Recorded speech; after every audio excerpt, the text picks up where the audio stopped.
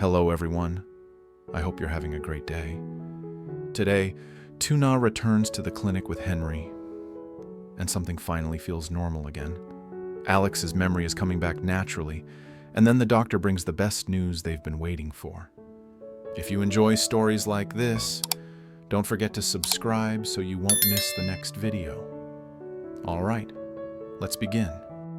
Tuna arrived at the clinic with Henry tucked against her chest, warm and sleepy from the ride. Henry wasn't crying like yesterday. He made a few tired little sounds, then rested his cheek on Tuna's shoulder as if he already knew the room would be too bright and too noisy for him. Tuna pushed the door open slowly. She didn't want to wake Alex if he had finally managed to rest. But Alex was awake, not the half-awake drifting she'd seen before. His eyes were clear, focused, and steady. When he saw Tuna and Henry, his face changed in a quiet, unmistakable way, like something inside him recognized home before anyone spoke. "Hey," Tuna whispered. Alex didn't stare through her. He looked at her, then at Henry, then back to her again, and he smiled. Just a small one, but real. Tuna felt her chest loosen. Alex's mother stood up from the chair by the window, relief flashing across her face.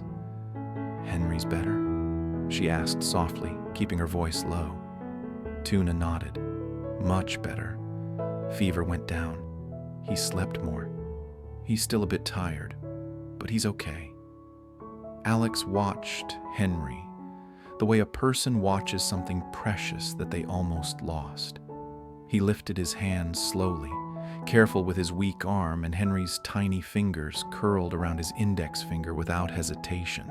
Alex exhaled a slow breath that sounded like it carried a whole night of worry out of his body. For a moment, nobody rushed to talk. They just let the room be what it was: quiet, warm, and human. Then Alex spoke again, clearer than yesterday. "I remember," he said. Tuna didn't push with questions. She only leaned closer so he wouldn't have to raise his voice. Alex's gaze drifted, not blankly, but like he was seeing scenes that were finally lining up in the right order. "I remember the sound of your gate," he said. "The bamboo one. It squeaks." Tuna's eyes stung. She nodded once, smiling. "That's our gate." Alex continued, calm, like he wasn't forcing anything, just reporting what was returning. "I remember the yard," he said. "The bamboo table. Morning light." Henry shifted against Tuna's shoulder and made a tiny complaint. Tuna bounced him gently, and Alex's smile deepened. "I remember that," Alex added softly, watching the bounce. "Your rhythm. It always worked." Tuna laughed under her breath. The first real laugh she'd felt in days. Alex's mother covered her mouth for a second, overwhelmed, then steadied herself and sat back down. The nurse peeked in, saw the calmer faces, and stepped inside with a quiet nod. "Good morning," she said. "How are we doing today?" Alex answered without hesitation. "Better." The nurse checked his pulse and blood pressure, then nodded. "Good. We'll keep it gentle, but we can do more. Your body is still recovering, but you're progressing." Tuna stayed by the bed with Henry, letting the nurse do her work. When the nurse stepped back, she added, "A little movement on the bed first. Then we'll see." Alex nodded immediately. He started with small things, opening and closing his hand, flexing his fingers, rolling his shoulders as far as was safe. His face tightened with effort once, then relaxed again as he found his rhythm. Tuna watched closely, ready to help, but Alex didn't look like he was fighting his body today. He looked like he was cooperating with it. His mother noticed too. She didn't say anything at first. She just sat closer, hands folded, as if her own calm could help hold the room steady. After a short rest, the nurse helped Alex sit up higher. Alex kept his breathing smooth, no panic, no frustration. just focus." Henry stirred and started to fuss again, not full crying, but that tired baby sound that asked for comfort. Tuna turned slightly and patted Henry's back. "Shh, it's okay," she murmured. Alex watched her do it, and something warm lit in his eyes. He didn't ask for explanations. He didn't ask for proof. He simply looked like a man whose mind had finally found its way back to a familiar path. "I remember the kitchen," Alex said quietly. "You standing by the stove. You turn around and you smile." Tuna nodded, voice soft. "Yeah, that's real." Alex blinked slowly, as if he was grateful the memory didn't disappear. "And Henry," he added, eyes dropping to the baby. "I remember holding him, not here, at home." Henry yawned, huge and dramatic, then settled again. Alex's mother let out a small laugh through her nose. "He does that all the time," she whispered, half amused, half emotional. Alex nodded like he already knew. The nurse finished the bed exercises and told Alex to rest a few minutes before anything else. Tuna adjusted Henry, then sat in the chair closer to Alex's bed so she didn't have to hover. Alex's gaze stayed on her, steady and calm. He looked more like himself, not fully recovered, not suddenly strong, but present in a way that felt like the hardest part was finally shifting. "Your memory's coming back naturally," Alex's mother said softly, more to herself than anyone. Alex nodded once. "It feels normal," he said, "like it's been waiting." Tuna felt a soft wave of relief. This wasn't the scary kind of remembering that came with strain and fear. This was gentle, like sunlight slowly filling a room. The nurse returned with a cup of water and offered it. Alex drank slowly, then handed it back with a steady grip.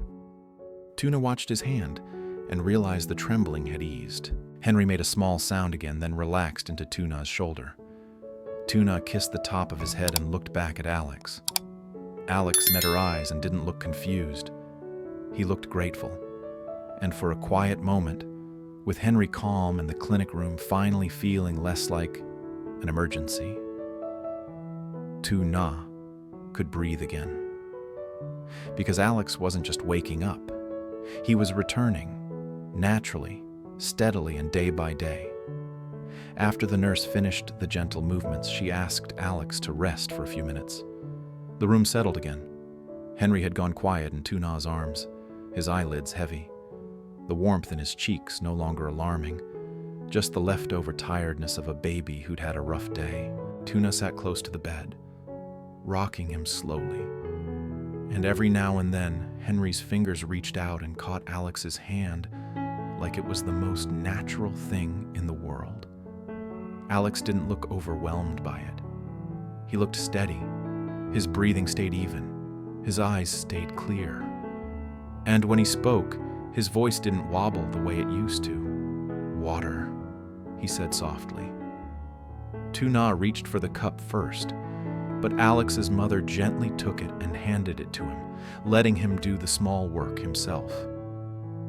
Alex drank in slow sips, then lowered the cup with a more controlled grip than the day before. The nurse nodded as she wrote something on her clipboard. "Good. Keep that pace." Then she stepped out, saying the doctor would come in soon. Tuna kept her voice low, like the room was a sleeping place, not a clinic. "Henry's almost out," she whispered. Alex watched Henry's face as if he was studying peace. "He looks better," he said. "He is," Tuna replied. "He just needs quiet." Alex's mother sat down again, and for the first time in days, she didn't look like she was bracing for bad news. She still looked tired, but it was a softer tired, like someone who could finally breathe. A few minutes later, there was a gentle knock. The doctor came in with that calm, practical expression that never promised miracles, only honest progress. He greeted Alex's mother with a nod, then looked at Alex. "How are you feeling?" he asked. Alex answered without hesitation. "Clear, stronger." The doctor checked Alex's reflexes, asked him to follow a finger with his eyes, asked him to squeeze his hand, then listened to his breathing. It all took only a few minutes, but Tuna felt her whole body leaning forward, waiting. The doctor straightened and gave a small smile. "I have good news," he said. Alex's mother's shoulders lifted. "Yes? You don't need to stay here much longer," the doctor continued. "With how you're improving, you can recover at home." The words landed like sunlight. Tuna blinked, not sure she heard right. Alex's mother let out a breath that sounded almost like a laugh. "Home?" The doctor nodded. "Home. You'll still be weak for a while, and you'll still need gentle movement. But you're stable. Your awareness is back. Your body is responding well." Alex stayed quiet for a moment, absorbing it. Then he spoke, simple and certain. "So I can leave?" "Yes," the doctor said. "If anything feels abnormal, strong dizziness, sudden confusion, severe headache, trouble breathing, then you come back immediately. Otherwise, home rest is better than this environment." Tuna glanced at Henry and understood the point instantly. The clinic was never meant to be a place for a baby, and maybe it wasn't meant to be a place for a family either. Alex's mother asked the practical questions right away. What about medicine? Follow-ups? How do we move him safely? The doctor explained in calm steps what to watch for, how to help Alex walk with support, how to keep meals simple but regular, how to avoid overexertion, and when to schedule a check-in. Alex listened closely, not with fear, but with focus. When the doctor finished, Alex nodded once. "I'll do it." The doctor looked satisfied. "That's what I want to hear. No rushing, no proving, just steady recovery." After the doctor left, the room stayed quiet for a moment, as if nobody wanted to break the spell. Then Alex's mother stood and touched Tuna's arm gently. "We're taking him home," she whispered like she couldn't say it too loud. Tuna nodded, eyes shining. "Yes." Henry made a small, sleepy sound, then relaxed again, head heavy on Tuna's shoulder. Alex watched them both and said, almost to himself, "Home." It wasn't a question. It was a destination. Lon arrived not long after, slipping into the room with her usual controlled calm. She took one look at everyone's faces and stopped. "What happened?" she asked, already reading the answer in the air. Alex's mother smiled. "The doctor says Alex can go home." Lon's eyes widened, then softened with relief. That's really good." Alex turned his head toward her. "How's everything moving?" Lon caught herself before she spilled too much. She kept it short, respectful. "We're executing the plan," she said. "The starch and the red pomelo are being organized. Nothing you need to carry today." Alex nodded once, satisfied. Not because he didn't care, but because he trusted the timing. His focus was somewhere else now, on leaving this bed, on rebuilding his strength where Henry could sleep, where Tuna could breathe. Lon glanced at Henry and lowered her voice. "He looks better." "He is," Tuna said. "He just needs his own space." Lan nodded and stepped aside so Alex's mother could move around the room. Packing didn't take long, but it felt symbolic. A folded blanket, a small bag of medicines, the discharge papers. Alex's mother checked everything twice, then looked at Alex with a firm, loving expression. "When we get home, you follow the rules. You walk with support. You eat. You rest." Alex gave the smallest smile. "Yes, Mom." Tuna stood close, shifting Henry gently so he wouldn't wake fully. She looked at Alex and could see how much had changed in one day. Not only the strength in his eyes, the calm, the way he didn't reach for anything with panic, the way he simply knew where he belonged. Alex took a slow breath. "I'm ready," he said. His mother signaled the nurse, and they helped Alex sit up again, then stand with support. Alex's feet touched the floor, and this time his balance looked steadier. Still careful, still slow, but not shaky with fear. Tuna watched, heart full, as Alex took a few controlled steps in the room. Henry stirred and opened his eyes, blinking. Tuna whispered, "We're going home." Henry didn't understand the words, but he understood the calm. He settled again against her. Alex looked at Henry, then at Tuna, and his voice came out, soft but firm. "Let's go," he said. And for the first time since the accident, it felt like the clinic door wasn't closing them in. It was opening the way out. Tuna quay lại phòng khám cùng Henry và căn phòng trở lại yên tĩnh khi em bé nằm trong vòng tay cô. Alex trông khỏe khoắn hơn bao giờ hết, không còn đau đầu và trí nhớ của cậu ấy trở lại một cách tự nhiên, ổn định. Cậu ấy thực hiện các bài tập nhẹ nhàng rất tốt và luôn tập trung, cho thấy sự tiến bộ rõ rệt. Bác sĩ kiểm tra cậu ấy và báo với tin vui. Alex đã đủ ổn định để xuất viện và tiếp tục hồi phục tại nhà.